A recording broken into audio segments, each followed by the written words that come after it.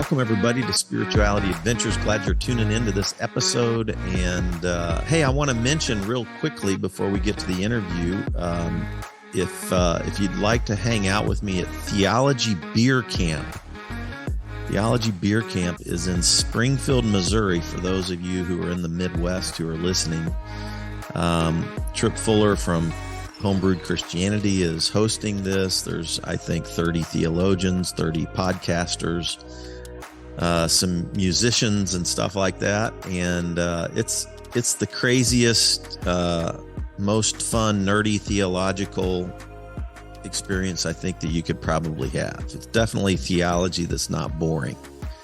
And so, or as Tripp says, that doesn't suck.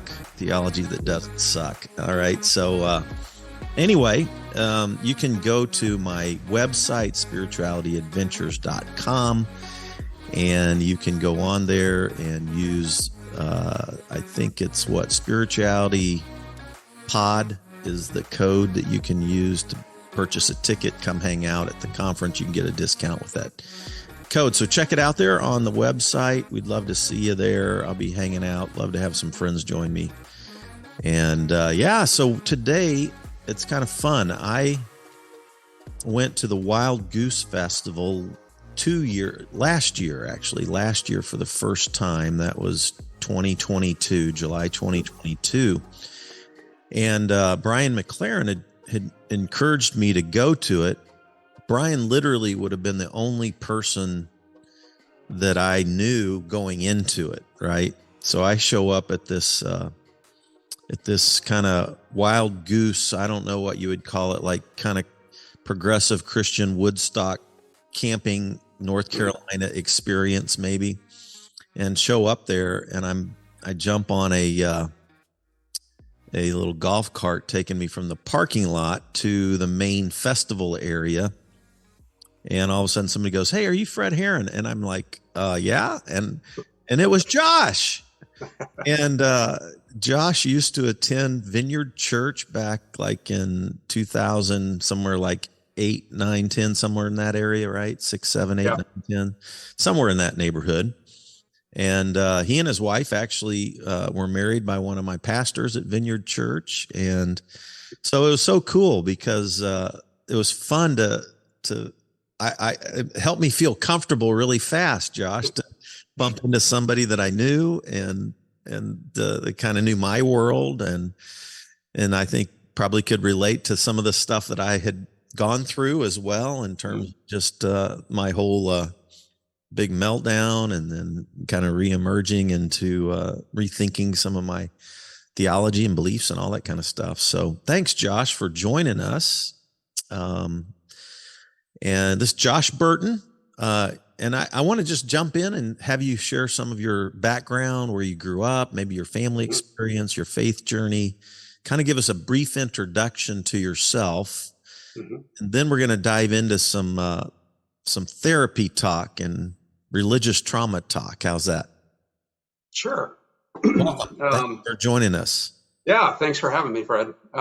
It was both bizarre and just fantastic to run into you on the golf cart.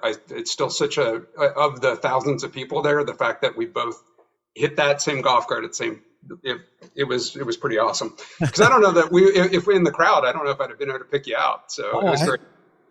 I wouldn't, there's no way. I mean, yeah. I certainly, when I clued in, I recognized you, remembered you and all that stuff, but I don't think I would ever. Yeah. Right. I don't think I'd ever picked you out of a crowd. I don't think anyway. Yeah. Yeah. I like to joke in terms of like my spiritual history. This is actually factually true, but my mom's water broke during a Baptist altar call. And I like to joke that's because Baptist altar calls are 9 months long. But I mean, if you're Baptist, you're laughing. Like literally grew up where most of my childhood was in church. It was that was our primary like cultural social activity.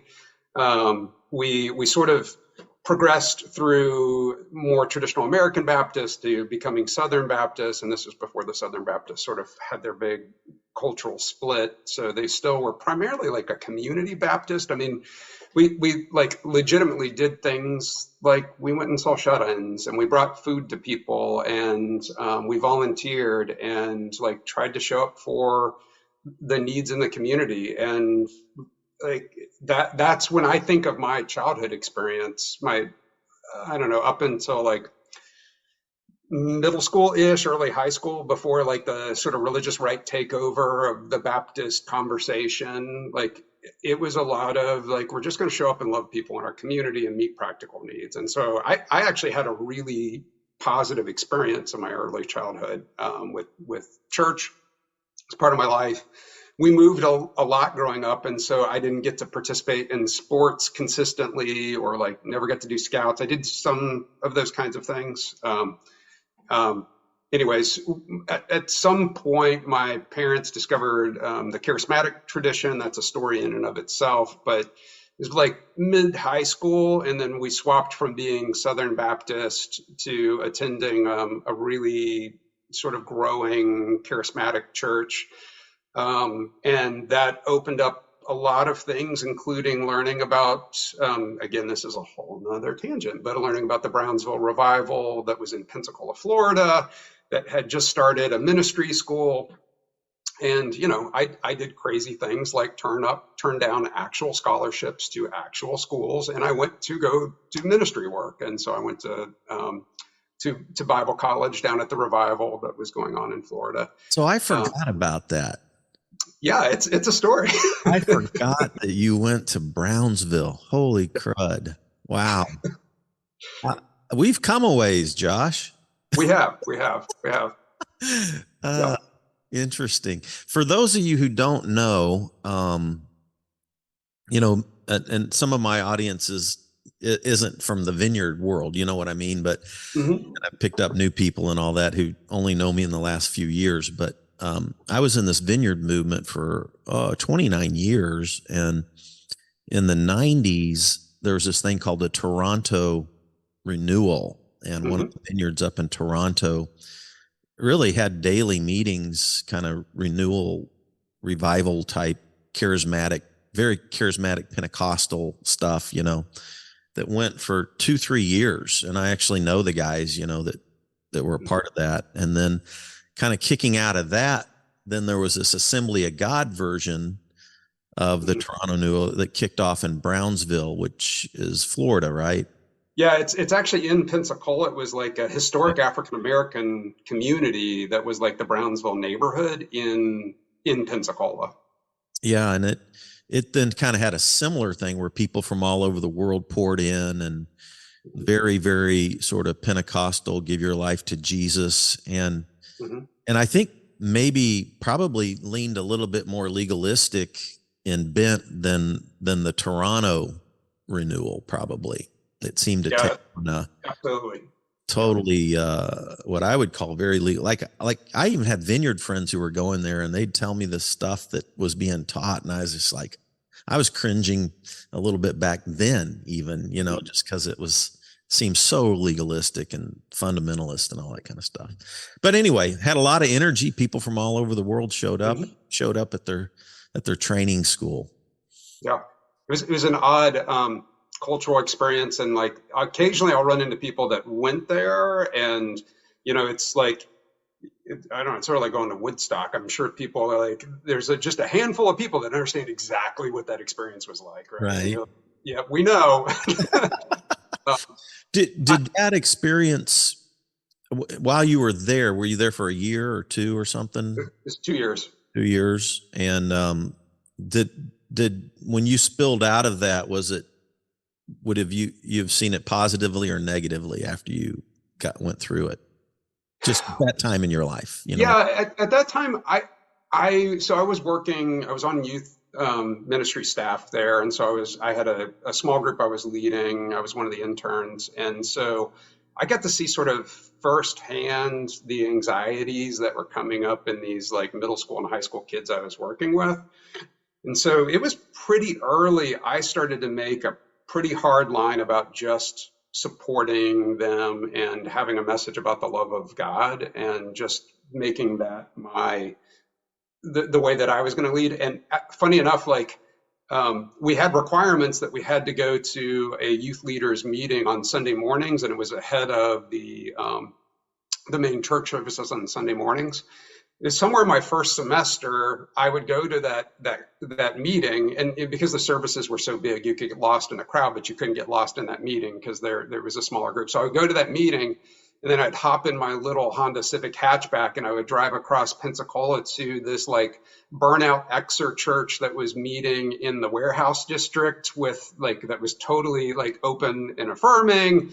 And like I started doing that as my church on the side. So by the time I got out of there, I had really drawn some lines about where I was starting to put my energy. And luckily, I mean, there's things that I don't know, regret's a heavy word, but there's things that you could regret about that kind of experience. It definitely was an altar experience. I don't really regret how I showed up in the lives of the people that I was having responsibility for. Like I felt like even today, obviously I've got a couple decades since then, I would say different things, but I feel like I started to wrestle with what's the core of how I want to show up in the world there. And so, leaving the experience, it was, they had a big split with the denomination shortly after I left, and then it's a story in and of itself. But it was another one of those like denominational takeovers. We've got the money, and so the school wound up splitting off from the denomination at that point. So that probably at the time left more bad blood because you had students that you knew and teachers that you knew that were having to decide, do we align with the denomination or do we go and try to pioneer another Bible college that's not got a building, frankly, to meet in. So, yeah. And then out of that, I hooked up with sort of an ex-Vineyard pastor, church planner, and we did inner city church planting in Kansas City in a huge refugee resettlement community. And I lived in that community. I had a house in that community, incredibly diverse, bought up an old Catholic campus and tried to do really presence-based, like we're just going to be neighbors, and we're when we have meals, we're eating together, and we tried to do meals every week, and we tried to just try to embed ourselves in the lives and be a part of the community, not just like come in the midst of. Now, legitimately, I was really poor at that point, so like I won't say anybody else there. We were sort of equal standing at that point economically, but like. We showed up, and it wasn't like we were coming in, to try to save the community. We really were trying to be a part of the community to the degree that we could. Still would do it differently now, but some of that stuff, I felt like for the little bit that we knew, we were trying to show up. And sort of at the end of that, my life, and this is a whole other story, sort of tragically fell apart of the stuff that I had been building. And it was, lots of debt and relationship loss and stepping out of ministry and going and getting a real job is what I was telling myself. I don't know that I actually feel that way. And then lo and behold, I show up at the Vineyard and hook up with a couple people there that were really working on inner healing and counseling, and that sort of became where I plugged in. And then you got to know me as well. Right. And you met your wife in Kansas City, is that right? Yeah, we were back in the day when internet dating was new, and you just assumed about everybody was going to abduct you. Like it was new. Like we met internet dating, believe it or not, and so gosh, we didn't date terribly long. It was only about 9 months or so before we got 11 months before we got married. And we got married at the Vineyard and then started our life together there. And now we're going on, 17 years married. Yeah. Wild. So bring us up to speed where you're at now, like spiritually, and then we're going to dive into some therapy, religious trauma stuff. Yeah. So, after Vineyard got involved in like increasingly progressive congregations, also got involved with sort of the mystical, meditative, using the Enneagram, using meditation practices, It was still progressive Christian, but like leaning on some Buddhist traditions. Did that for a while in here in Raleigh at a local congregation. Um, and then, sort of have been increasingly get involved in like podcast and virtual communities. For a while, we're not operating anymore, but for, I guess it was about 4 years, we operated a virtual religious trauma group for people coming out of the Bible college that I was a part of. There was a couple of us, four of us, that decided to found an online group, and we grew it to be a little over 100 people. And we started to just like baby step into what does it mean to create a safe space for people to talk about depression, anxiety, suicidal thoughts, questions about their faith. And actually, out of that, two of us decided to go and pursue formal education to be therapists. Believe it or not, that was sort of for us. That was a life-changing experience because we're like, we need more training. So did that for a while, and let's see. Now I don't know quite how to describe what I am today, if that makes sense. Eclectic is maybe. Values driven and eclectic would probably be what I would say. Like I really have a strong sense of like what's important to me and creating space for showing up for those values and for the people that I choose to show up for, but also inviting them to wrestle with what does it mean to show up for their values as well. And that for me includes things like hope and a faith, but I hold it loosely like this. I get benefit because I hope in these things, and I can see a personal benefit in it, and I can see a communal space that I can create by holding hope for that, but I don't feel like I have to hold it any tighter than that because I'm not insecure about it. Like it's okay that it's just a beautiful hope. Like it's doing the job that it's meant to do in me, and it's bringing meaning that I need it to bring.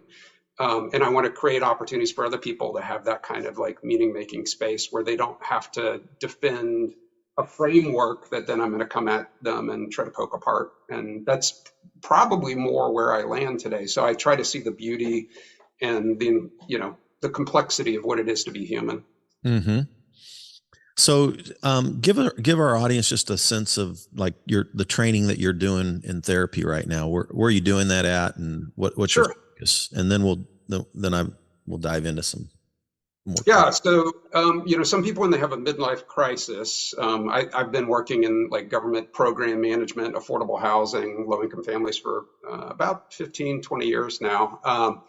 I decided I wanted some change, and some people go out and get a motorcycle, and I decided I was going to get an MSW degree and go into clinical social work to do mental health specifically. And so I started. I'm in my third year now with UNC here in North Carolina, University of North Carolina, working to get my master's in social work. And I'm currently in my final year of internship placement. For this kind of program, it requires 2 years of actual placement in the field. So it's very course heavy at the beginning, and it's very practical in the end. We do have a little bit of coursework now, but I'm putting in 2 full days a week, sometimes more, doing clinical mental health work here in Raleigh at a local private practice, and then I'm getting essentially credit. It's not college credits, but I'm getting credit towards the internship. And hopefully we'll be wrapped up in May. And then at that point, I'll get a different level of licensure and can start doing things like bill insurance directly. So that's what I'm working on. Excellent. Okay. So, I went to rehab for 120 days back in November 2018 through February 2019. And, I remember like being in, courses that I took for pastoral care, and we took courses on counseling models, therapy models, anywhere from Rogerian to RET, rational emotive therapy, to all these, there's a psychoanalysis, when you do these, you get introduced to all these different therapy models. But when I was in rehab, I got introduced to DBT therapy, which I had some bad experiences actually in rehab, but that was one thing, out of all the bad things, that was one thing that I felt like was positive. And particularly, I loved the mindful meditation component of that. So, like growing up evangelical and then Vineyard, when we talked about meditation, it usually meant, rolling scripture over in your head, right? Like Right. meditating on scripture kind of thing. Maybe some worship music with Yeah. in. But I had never really participated in any kind of mindfulness meditation or any of the influence of, say, Buddhism and meditation kind of world. And so I really got attracted just because I have I have anxiety disorder. That was my racing brain. That's what gave me insomnia, and I didn't sleep very well for 30 years. And that's what really got me into trouble when I started trying to work on that. So I pressed into the DBT stuff when I got back to when I came to Kansas City. I looked around, and there's a lady named Amy Tibbetts that started Lilac Center in Kansas City decades ago. She studied with Marsha Linehan. Mm-hmm. And I started actually going to her, seeing her, had her on my podcast. We talked about DBT. And for those of you who have been longtime listeners, if you missed that episode, you could go back like 2.5 years and find Amy Tibbetts and us talking about that. But I found DBT super helpful for me. And as I was trying to rebuild my life, I also found internal family systems really helpful. I found that model really helpful. And then I noticed that I have not really myself done any worked with the ACT model, acceptance commitment therapy. So I'm kind of curious from your perspective, like if you think about those three models, and I know there's so many more, but if you think about those three, how do they overlap? How are they different? And give me your take on that, and kind of where you found where you want to dig in, and where you found value for what you're going to be doing with your, or what you're currently doing, what you're going to be doing in the future. Yep. Yeah, it's a great question. So, and I'll just preface this when I'm a learning novice, but so I'll hold to the pieces that I know. I'm sure there are experts that know each of those better, but those are all in the family of cognitive behavioral therapies. That's the way that is becoming more and more common to talk about them. And so there is what they call the third wave of therapy models, which is more of what we're seeing currently. Acceptance and Commitment Therapy Act is one of them. DBT is one of them. IFS is one of them. There's a number of them that are now sort of third wave, which is, based on what they have learned over the years of the CBT school. And so there are different variations of it, but practitioners would basically say it's all in the family. It's all part of these CBT schools. Behavioral therapy, for those of you who aren't familiar with these little these little acronyms. Yeah. And so DBT, like sometimes when you're trying to assess where you're going to get traction or what the presenting problem is with a client, sometimes you're looking at things that are behavioral primarily. And so like if you think CBT, there's some that are the big B they'll talk about. And DBT is a big B therapy. It's a big behavioral therapy. And so it's going to deal much more at prescribing things to notice and intervene around behaviors that then become sort of reinforcers of more behaviors, sometimes that lead to thoughts, but may be triggered by thoughts. And then you get stuck in these behavioral patterns, right? And so it has more versions of like worksheets and processes. Like a true DBT experience is actually like you're working with a team in a small group, similar to like AA. Typically, like there are therapists that use DBT skills and they use DBT to help provide therapy. But a true like Marsha Linehan model, you're actually going to be in a small group with DBT coaches doing your work. And so there is like that AA piece of like group support around behaviors. And so that's I think DBT is really, really great because it deals with like embodiment, and it deals with things that are showing up for us in our head that are causing behavioral reactions or triggering behavioral reactions that we don't really know. So that's the space that I think it occupies really, really well. It's like if I was to talk about like sort of the conscious mind, the unconscious mind, and the body, like it to me fits first really in that like that bodily experience kind of piece where you're learning what you're responding to in your behaviors, right? And like it helps you manage those first, which may eventually let you get traction to work on thoughts, right? Or to work on sort of unconscious motivators. And so like for a lot of people, it's you got to get those behaviors in a place where you're not like blowing up your life anymore actively, so that you can maybe get traction in some of these other areas.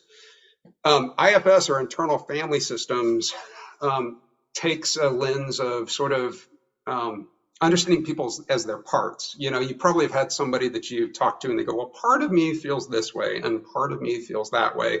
Or sometimes I'm in a situation and part of me really wants to show up and go to this party. And there's a part of me that also wants to stay home and, you know, wants to just eat ice cream and cry to myself, right? So what it does is it really takes and personifies those parts. There's particular roles that it recognizes in IFS for like managers and firefighters and exiles. There are sort of three primary roles, but where people start to then put their own identifiers around parts of their experience that have really adapted and almost become fixated roles in this tangled fight that they do in their internal family. That's where the internal family systems comes from. And IFS to me probably reminds me the most of like some of the inner healing stuff that I was a part of, where you might use things like imagination to try to engage yourself at a more vulnerable moment where there was a trauma occurring or a place that you continue to get stuck. Mm-hmm. And then you are able to step into that place and imagine saying to yourself the thing that you needed to say to not react in pain or to not react in a way that then embeds sort of a traumatic response. And so IFS is a lot of negotiating like those roles within yourself. But to me, it lives in those like almost unconscious drivers, like people that really, really benefit from it are those that like, okay, I figured out how to manage my behavior and I figured out how to manage my thoughts, but I keep winding up in these situations and I can't explain why I keep acting this way. Like, and it to me does that piece of it better than the other two do. Mm. And that sort of brings me to acceptance and commitment there, because it to me is in the CBT school, it's a strong it's a strong cognitive process. And so like acceptance and commitment therapy, really, you have to have the ability to notice yourself. So to back up when you're talking about mindfulness meditation, the way that I train about mindfulness is most of the time, and this is tied to acceptance and commitment therapy, people have triggers, they have patterns of behaviors, they have things that show up in their life, and we have autonomic processes that we just run in. We've written the script, it kept us safe at a previous point in our life, we're doing the thing that our brain or our body says, this is going to bring me protection, this is going to bring me significance, love, it's going to bring me attention, whatever it is.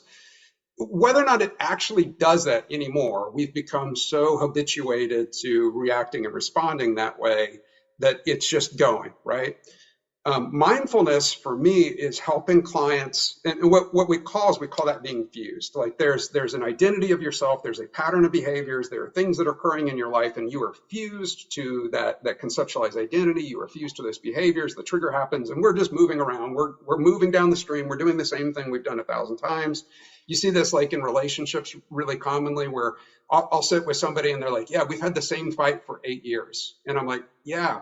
So let's talk about the patterning here and what's showing up. And are we willing to start looking at how we've gotten fused in this pattern? And you're just basically reinforcing it again and again and again with lots of repeated conflicts. Mindfulness, which is also at the core of DBT, but I think it's getting into some of that noticing your behaviors. Mindfulness with the ACT school is about making just the slightest bit of space between the trigger and our response. And can I notice that there is something happening in my life that is a prompt? It is a situation. It is an experience. It is a person. And I have the ability to notice that my brain is generating thoughts. It's generating feelings, it's generating urges, and it wants to respond to that scripting. But can I notice it and create just enough space to go, okay, Now there's me and there's the observer of me here. Hmm. And if there's the observer of me here, I could maybe choose to do something different in that situation. Like I don't just have to say, well, you made me feel this way. I Hmm. can go, my brain is telling me that this is going on, or my feelings are showing up, and this is the feeling that is showing up. And I notice that, and I can still choose to do something different. So, and that there's a lot more. It's a hexaflex model. It's basically 6 points of flexibility that you're trying to embed with acceptance and commitment therapy as a model. But when you think of like some of the work of ACT, that's right at the core is just maximizing that space for the observer. Mm. And really the next thing that I do with clients is I try to pivot them into what does a life that matters to you actually look like? And we do values driven interviewing where I actually go through and I'll interview them on their life story. And we start to build a list of, these are the things that I would build over in my life if it got destroyed, or if I was 70, I would say my life was incomplete if I didn't have it in my life. And we start to look at the stories that we're telling ourselves in there and see what sticks, what are the things that they actually want to hold to. And then what we try to do is when we work on getting that break between the fused mind and the ability to make a choice, is we go, okay, you're showing up with the power that you have today, with who you are today, and you want to make a choice that puts you 1% towards your values, 1% towards a life that you would say matter. What would that be today? And if you can get people into just the slightest bit, 1%, 2% of a change where they can start to make a different choice in those situations, you can actually walk them out of like some anxiety looping, some depression looping, like things that are just getting reinforced again and again because they're starting to live a life that they think matters to them. And Mm. so like all the feedback that's coming from their internal systems, their amygdala, all their endocrine systems, that's telling them like I might die, or I am dying and it's depression, right? Like all these things that are sending signals to our body, like they start to break down because they're able to tell themselves a different story about the life that they're actually living. Mm. So I was thinking a couple of things popped in my head as you were explaining that. So, Viktor Frankl, a Holocaust survivor, has this famous quote: between stimulus and response, there is a space. mhm. That space is our power to choose our response. In our response lies our growth and freedom. And so that immediate, our reptilian amygdala brain, fight, flight, freeze. I'm trusting the science behind mindful meditation because I've been pressing into this for a couple of years now, and I'm doing a training with a 2-year teacher training with Tara Brock and Jack Cornfield. I'm in about 6 months in now. But the idea is that through mindful meditation, we can expand that space, right? It can become a little larger. Am I hearing you right? Is that kind of what you're describing? Yeah. The other thing I was thinking about, which is extremely valuable, right? When you create space between your amygdala and your prefrontal cortex, and can give your prefrontal cortex a little bit more room to breathe and make good decisions and regulate your emotions, that's pretty healthy, I think, versus just reaction all the time. The other thing I was thinking about, when we talk about Christian inner healing, it's interesting to me because, I really dove into that pretty heavily. And then, as you know, we tried to create, a church model for that. And if you study the roots of that, it really was some early Christian leader, mostly that I know, like Catholics and Episcopalians and stuff, who were into psychoanalysis, right?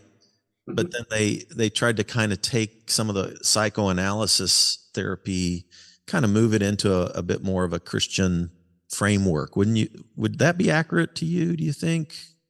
That's how I always thought about it. It may not be. I think that's in the mix for sure. And I also think there's like, you got a lot of history in Christian mystics and like the Eastern Orthodox Church. Yeah.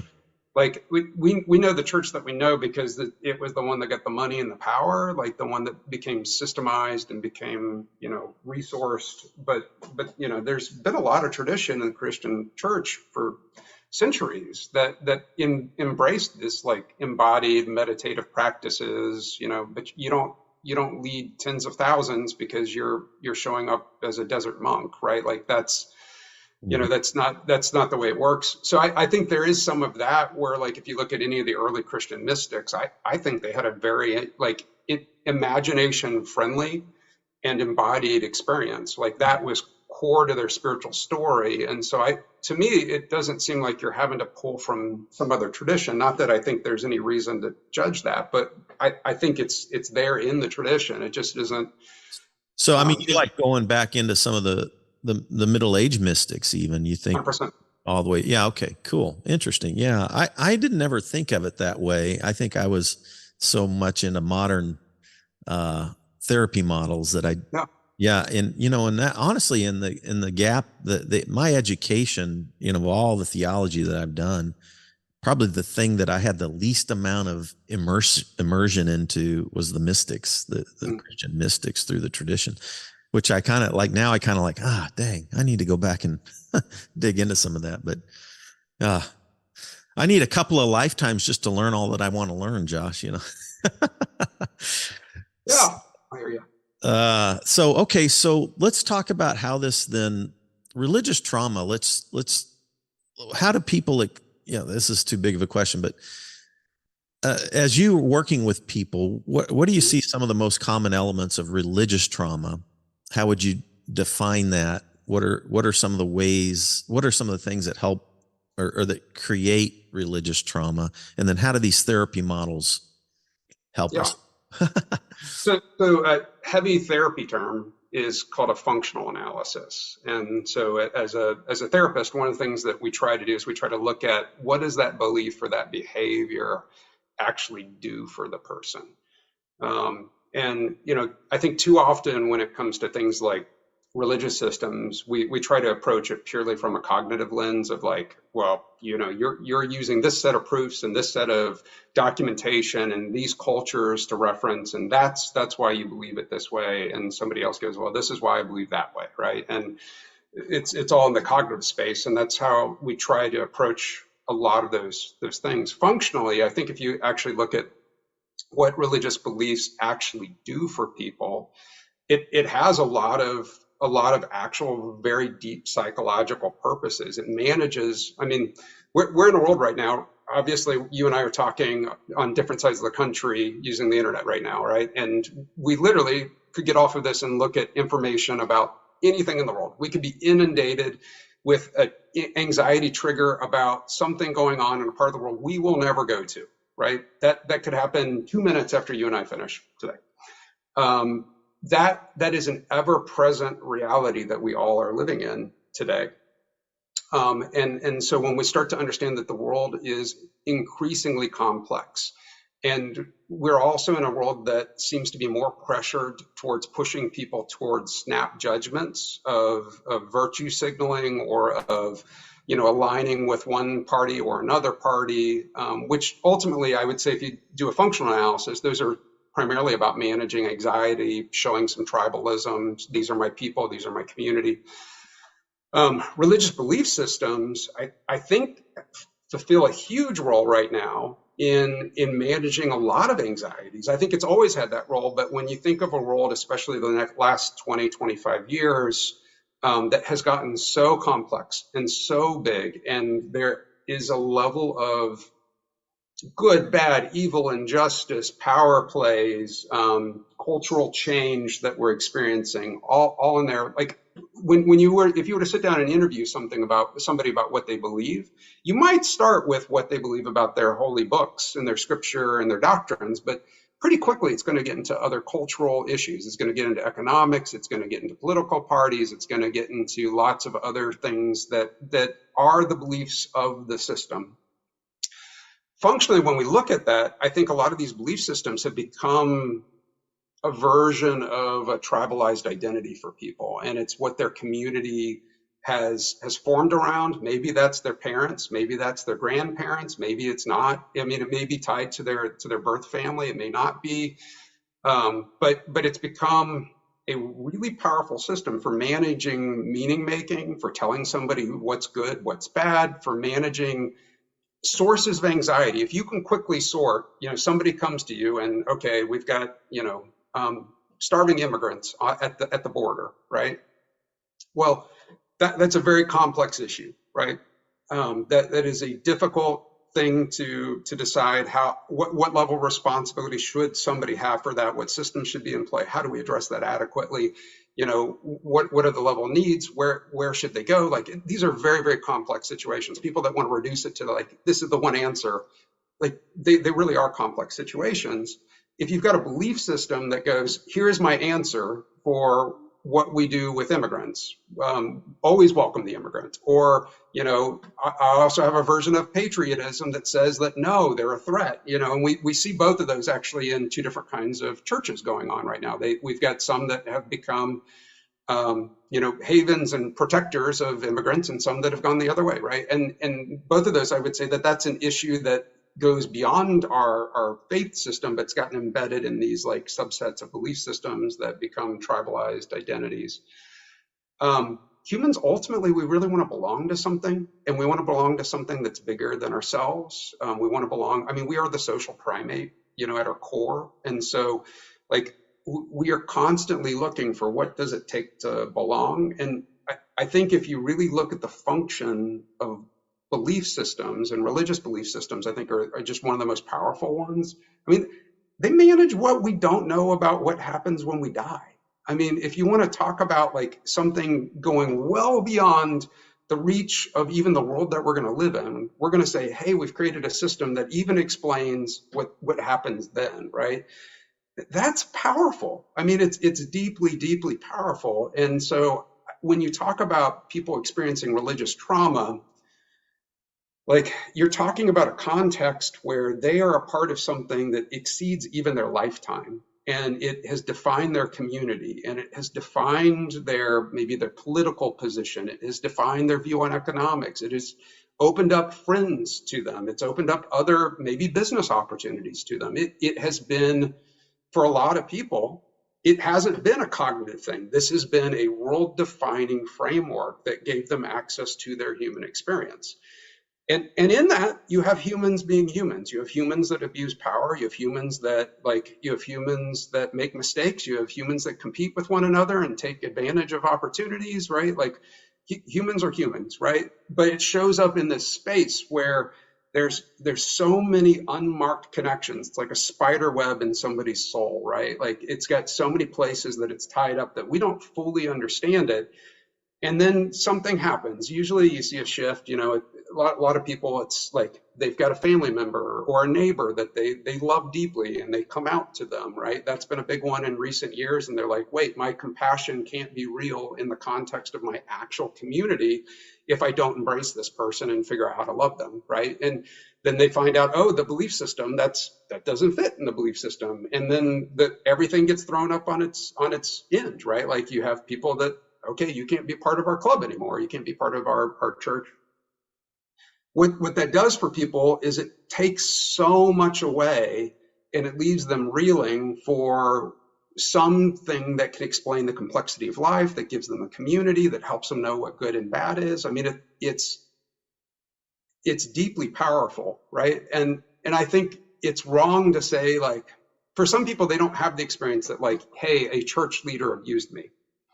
I certainly know people do. I've had conversations with people that was their experience, and it's real easy for those people to go like, yes, that qualifies as some version of religious trauma because it's got a face behind it, right? I think the majority of people that I talk about, it's like they got shunned by people that were their close friends, or they can't go to Thanksgiving with their family anymore because they believe something differently, or they simply were free falling for a year or two and experienced severe anxiety and depression because everything in their brain was telling them that they might die because they lost their social network. They lost their explanation for a good role. They lost everything got thrown up. And now they're like, I don't know how to build this on my own from scratch, right? And that in and of itself should be traumatic for most people, right? And so I think that, religious trauma gets applied pretty broadly. you also have, you and I talked a little bit earlier too about religious systems that become pressuring in and of themselves or performative in and of themselves, right? And that again, those to me feel a little bit more obvious. But like, yes, if you're being left in an abusive relationship, if you aren't allowed to think for yourself because you have to run everything by church leadership. Like I have met people, but those to me seem so much more obvious because they're clear abuses of power. They're taking away the ability for, partners and families to make decisions that they need to make together, those kinds of things. But I think that also gets grouped in. There is, and I'm spacing on the name, there is actually several studies on religious strain that one of the universities, I want to say it's Northern Midwest, has done. That is interesting if somebody's looking to research in that area, where they're looking at like the impact of sort of these toxic ideas, and the toxic ideas about God, the toxic ideas about what happens if I leave the church, do I go to hell, those kinds of things. And the long and short of it is there is some clear correlation that some people in the more extreme, and you look at the bell curve, the more extreme toxic ideology about God and about what happens to them, a big angry God, those kinds of things, that they have more of like a PTSD response in terms of the embodied response that they experience. It correlates more like that. And so there's actually been some decent psychological research in the ideas space of like, what does a really harsh idea of God do versus what does the idea of a God that welcomes you or a community that welcomes you do? And they've seen that in the long-term mental health of the data set that they were able to. They have actually done 5 or 6 studies, so it's not just one, but worth looking into if somebody's got interest in that area. Play it again. Religious strain. If you go to Google Scholar and type in religious strain, I could pull it up while we're talking, but it's pretty easy to find. There's like several studies out there. Interesting. Yeah. So, pastoring people for 40 years, people, experience life. They flow in and out of religious communities. They believe, they don't believe, or they believe 5 things, out of the 10 things that this religious community do, they like 5 or 6 of them, and their kids really like it, but they're not sure about the other 3 or 4, or whatever. Mm-hmm. Some religious trauma, I guess, could be a cognitive thing where you just, the stuff that you were taught growing up and the simplicity of that doesn't work for you anymore. Cognitive dissonance creates like, oh, this isn't really what I believe anymore.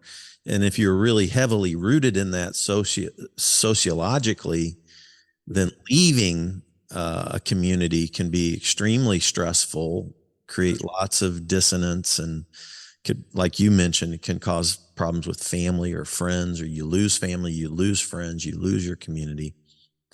I mean, I've just gone through that, right? These last 4 or 5 years. And it was so much trauma. I literally questioned everything I'd ever believed. And I felt so depressed that I had failed my own religious system of beliefs. Like I had let myself down. I didn't live up to some of my core values and my professed beliefs and the things that I had taught for years. And it just fell apart for me. And it just literally went dark, and I had to question everything. And I felt super depressed and close to suicide, probably. I'm not alone in that. And the reasons that I went through that aren't the same as other people who have gone through that kind of deep religious trauma. Mm-hmm. And sometimes it is an abusive power figure, right? Who either sexually or however abused. But sometimes it is this cognitive dissonance with the community that we've grown up with, and then it doesn't work for us anymore. So many angles to religious trauma. And I actually do think it's like PTSD. Like, as I've studied, how the amygdala stores trauma in order to protect you in the future. It's a survival instinct, right? Mm-hmm. And when you go through that trauma, anything that triggers it, you're all of a sudden you're moving away from it. So Yep. what have you, for people who have gone through that and they're, what do you find? Because the thing, and I work with people like this too. Mhm. People still seem to hunger for community, but they're afraid of it, right? Because the community that they were a part of kind of didn't work for them. But then they still have this hunger for community. I think even if their belief systems didn't work for them, you still grasp for some beliefs to hang on to, right? You need some guideposts. So in your work, when you talk about this, what have you found to be like, if you could put it in what are two or three key things that you find that help the healing process of religious trauma? And then how do people find new values and new community? Like that's a hard thing to do, especially if you've been immersed in one particular tribe for most of your life. Like I wouldn't even call myself a midlife crisis. I'd call myself a 3/4 life crisis. Right. And then my prayer life, I was like, God, like, couldn't you like let me fall apart at 40 instead of almost 60? Like I would have had more time to rebuild. I fell apart at pretty late in life. And then, oh my God, I feel like a teenager again, trying to kind of rebuild all these things. It's very awkward, very interesting, but yeah, give us some of the best points of healing for religious trauma that you've found, and how do people find new beliefs, new community that support the journey of healing from religious trauma? Now that's way big. So Yeah, it's complicated, right? Because for some people, coming out of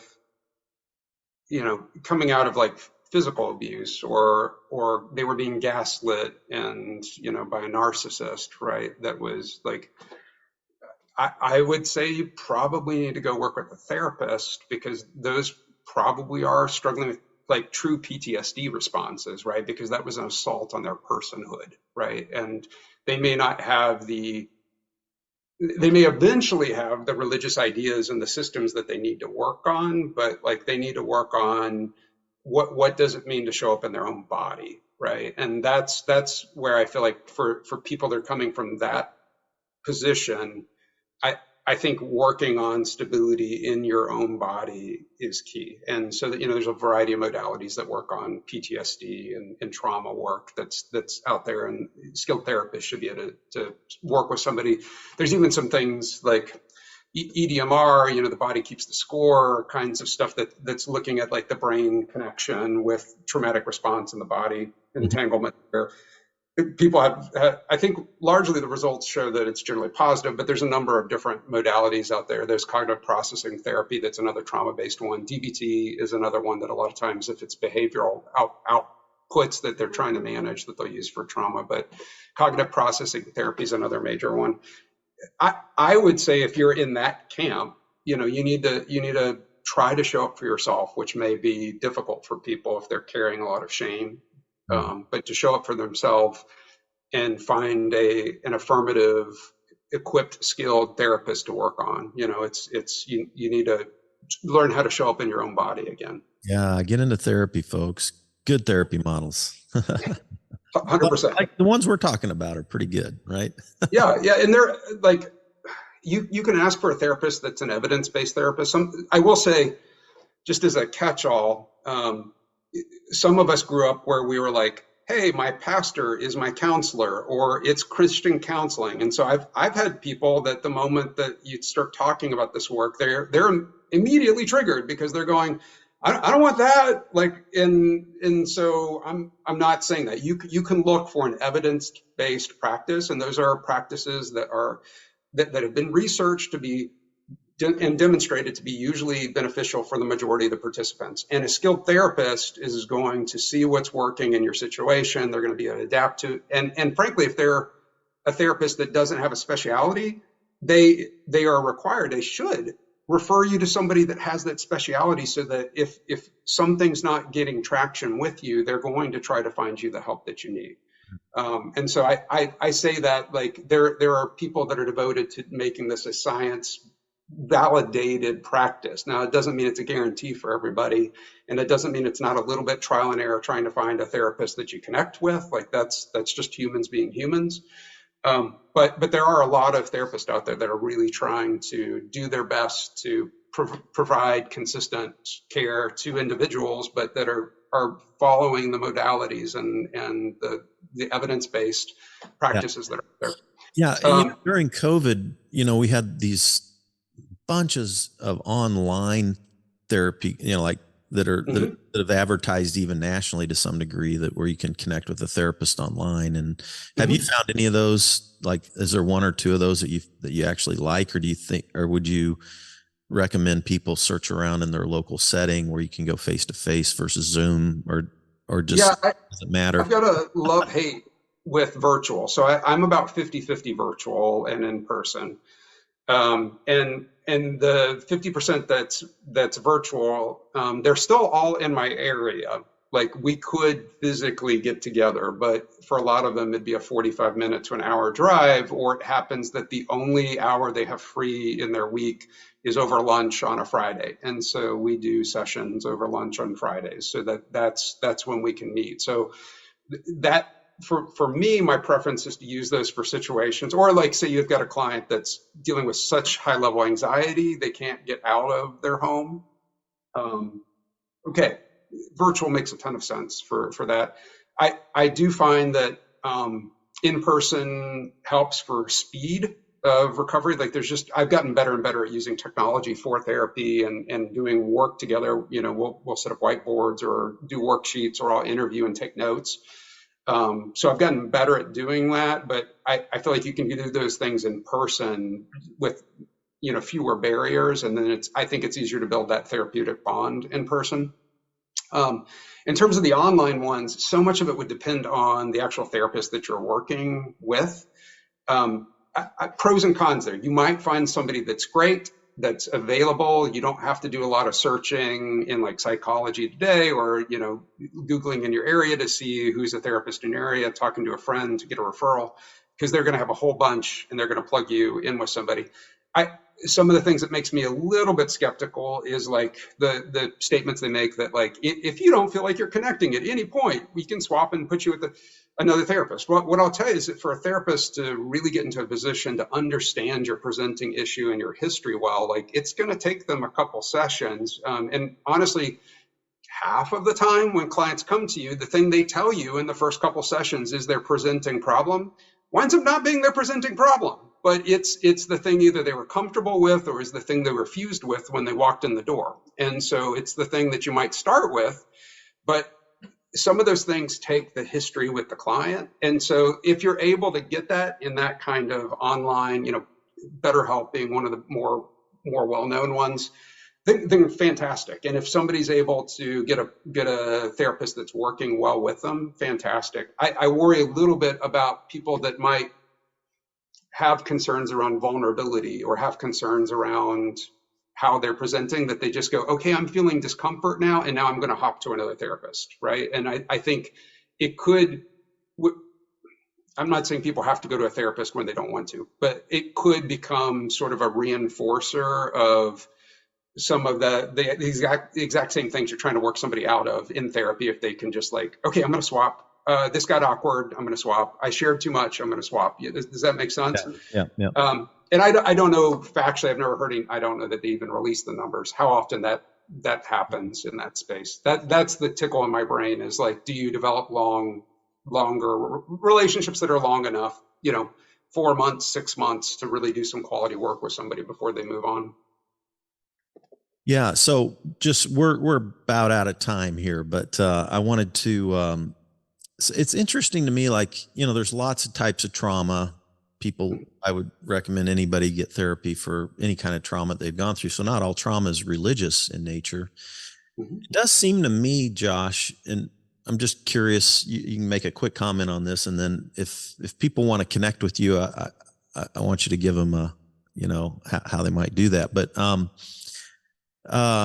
it seems to me like the people, how some people grow up in church and you know, they hang, they don't really buy into it deeply. They kind of skirt along and, you know, okay, yeah, that's cool. But then they're not really ever really into it. They don't ever really go deep. They're not ever really pursuing, you know, trying to build the belief system of the religious community that they grew up in. And they kind of can take it or leave it a little bit. Maybe they grow up, get out of college, have some kids, and they think, oh, yeah, we should take our kids to church, and they go back to church. I found that some of those people sometimes have it's almost like they never really bought deeply into the religious culture anyway. Right. So their trauma usually manifests in different ways if they have trauma, right? But those who invest deeply in their religious cultures and then it falls apart, that's the trauma. And that's kind of one of the things I've noticed these last 4 years as I've worked with people. The people who believed harder right. have the harder time. Like, I believed deeply, you know, and then at a late in life to kind of all of a sudden question everything. And I was always a deep thinker, deep reader, but man, it's painful sometimes, you know, to go through that. It can be a painful thing, religious trauma. And I see that the harder people believe, the harder they fall. I mean, to make it really simple. You know what I'm saying? It's 100%. Yeah, to me, it's the closer it gets to like your conceptualized identity for yourself. Like if it's literally like, hey, they have a movie night for my kids, right? Great, we're gonna have fun. I don't have to plan a night for my kids. It just happened to be a church, right? Like, and you're like, okay, we don't have that anymore. Great, we're gonna get some other activities, right? And to your point, like I think there's people that they use church activities like that. You know, they like the music around the holidays, maybe, you know, like. And fine, that's not to judge them. I'm just saying to your point, like there are those that sometimes they're healthier. Yeah. I would say that's probably when it comes to religious stuff anyway. Yeah.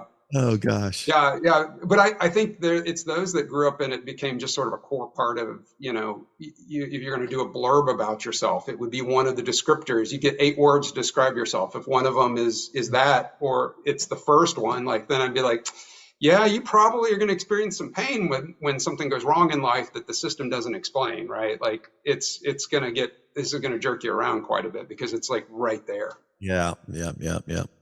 I have a friend who does a podcast here in Kansas City that I think he would call himself an ex-evangelical. And, you know, he grew up in this really strict Pentecostal thing. Like they taught him that the devil put dinosaur bones into the ground to deceive people.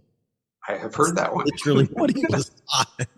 I'm like, I grew up pretty conservative, but I'd never even heard that one. You know? I'm like, okay, interesting. Yeah, that didn't take long to fall apart on him, you know. Yeah.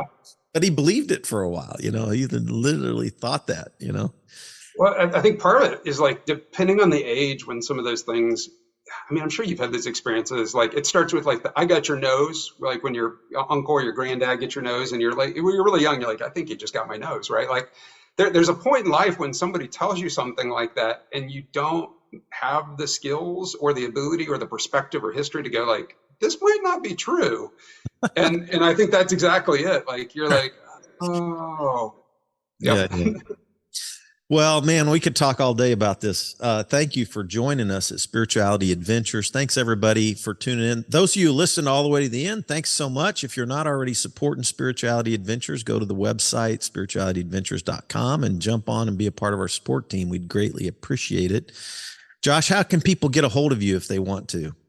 I'll share my email with you if that's okay. And then do you have show notes that you can put it in? We can put it in notes. Yeah. Sure. That'd be great. That's what I'll do. All right. Share it. You want me to just put it in the notes? Yeah, no, it's fine. I was going to send you the notes if that's okay. Yeah, that's fine. Perfect. All right. Well, Josh, tell Sarah I said hey. Sarah, right? I will. Yep. Yeah.